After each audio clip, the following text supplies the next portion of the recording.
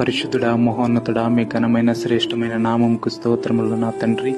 ఈ ఉదయకాల సమయంలో ప్రార్థనలు ఏకీభవిస్తున్న ప్రతి ఒక్కరిని మీ చేతులకు అప్పచెప్తున్నాను దేవా. కృతజ్ఞతలు తండ్రి. ఎక్కడో ఉన్నటువంటి మమ్మల్ని నాయన మీరు ఎన్నుకున్నారు నాయన.